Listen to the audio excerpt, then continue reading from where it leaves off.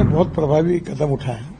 कहीं गैस की कमी नहीं है, पेट्रोल डीजल मिल रहा है, कठिनाइयां है, समस्याएं है, फिर भी उसके बावजूद हमारी सरकार ने जो नीतियां अपनाई है उसके कारण आम आदमियों को किसी प्रकार की तकलीफ नहीं है। 86% इम्पोर्ट करते हैं, तो नेचुरली उसमें अड़चने तो है, क्योंकि हमारे देश की तो ताकत 14% है। सर, वेस्ट एशिया में हम देख रहे हैं एक बड़ा क्राइसिस चल रहा है, उसको लेके सरकार जो कदम उठा रही है, क्या लगता है आपको इलेक्शन पे उसका असर पड़ेगा? क्या लगता है लोगों की मुश्किलें तकलीफ करने में सरकार? देखो, सरकार ने बहुत प्रभावी कदम उठाए हैं। कहीं गैस की कमी नहीं है, पेट्रोल डीजल मिल रहा है, कठिनाइयां है, समस्याएं है, फिर भी उसके बावजूद हमारी सरकार ने जो नीतियां अपनाई है उसके कारण आम आदमियों को किसी प्रकार की तकलीफ नहीं है और लोगों को रोष नहीं है।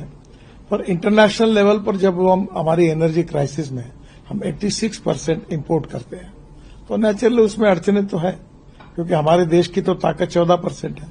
पर अब हमने देश में इलेक्ट्रिक कार लाई है, इलेक्ट्रिक स्कूटर लाई, इलेक्ट्रिक बसेस आई, हाइड्रोजन पे हम काम कर रहे हैं, इथेनॉल की गाड़ियां आई। अब 20% इथेनॉल जो किसान तैयार करता है वो पेट्रोल में जा रहा है। अब 100% इथेनॉल की गाड़ियां अब हमने लाई है।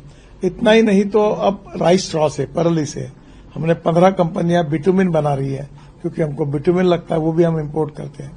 तो आत्मनिर्भर भारत बनाने का जो उद्देश्य हमने सामने रखा है, उसके लिए इम्पोर्ट को कम करना, एक्सपोर्ट को बढ़ाना, और ये जो पैसा बचेगा ये देश में इसके कारण रोजगार निर्माण होंगे, गांव गरीब मजदूर किसान का कल्याण होगा और देश तरक्की और विकास के लिए आगे बढ़ेगा। यही सोच है और उसी आधार पर हम आगे बढ़ने की कोशिश कर रहे हैं। नितिन जी, आप तो वोटर ही रहे हैं रिन्यूएबल एनर्जी के बहुत ज्यादा, आपने इलेक्ट्रिक की जैसे बात की, तो आपको लगता है कि अब जो ये क्राइसिस हुआ है इससे एक सबक होना चाहिए कि हमें जल्दी और रिसोर्सेज की तरफ मूव करना चाहिए?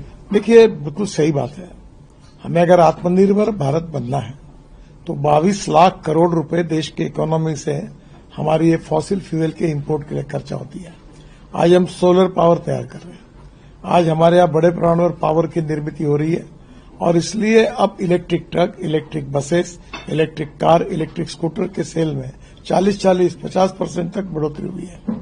इसके साथ साथ यही आसाम में हमने इनिशिएटिव लिया, बाम्बू बहुत है, बाम्बू एक ग्रास है, बाम्बू ट्री नहीं है, और उसको काटकर नुमालीगढ़ के हमने रिफाइनरी डाली है, वहां इथेनॉल बनता है, और वो इथेनॉल हम 20% पेट्रोल में डाल रहे हैं। अब हम इथेनॉल और सीएनजी के ऊपर ट्रैक्टर आ रहे हैं, और इतना ही नहीं तो ट्रक भी आएंगे। इसके साथ साथ कार आएगी, तो हमारा पेट्रोल डीजल का खर्चा कम होगा। अब इथेनॉल से आइसोब्यूटेनॉल बनता है, आइसोब्यूटेनॉल जो है वो भी हम डीजल में डाल सकते हैं। तो एक प्रकार से ये जो रिवोल्यूशन है, ग्रीन रिवोल्यूशन, हमारी नीति यही है कि import substitute, cost effective, pollution free और इंडिजिनस, और आत्मनिर्भर भारत बनने के लिए हम ये 22 लाख करोड़ का इम्पोर्ट समाप्त करने का मिशन हमने सामने रखा है, और निश्चित रूप में हम इसमें कामयाब होंगे।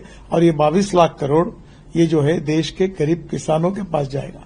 मैं एक छोटा उदाहरण बताता हूं। हमने कॉर्न से, मक्के से इथेनॉल बनाने की शुरुआत की, तो यूपी और बिहार के किसानों को जो मक्के की प्राइस 1250 रुपए क्विंटल थी, एमएसपी 1850 रुपए क्विंटल थी, आज वो प्राइस उनको 2800, 2600, 2400 रुपए क्विंटल मिली। तो 45,000 करोड़ रुपए यूपी और बिहार के किसानों के जेब में गए। क्या इसमें देश का फायदा नहीं है? प्रदूषण भी कम हो रहा है, किसानों के पास भी पैसे जा रहे हैं। तो मुझे लगता है कि ये import substitute, cost effective, pollution free और इंडिजिनस, ये आत्मनिर्भर भारत बनने के लिए हमारी जो नीति है वो काफी बड़े प्रमाण पर यशस्वी होते जा रही है, और एक दिन निश्चित रूप से हम इसमें 100% कामयाब होंगे।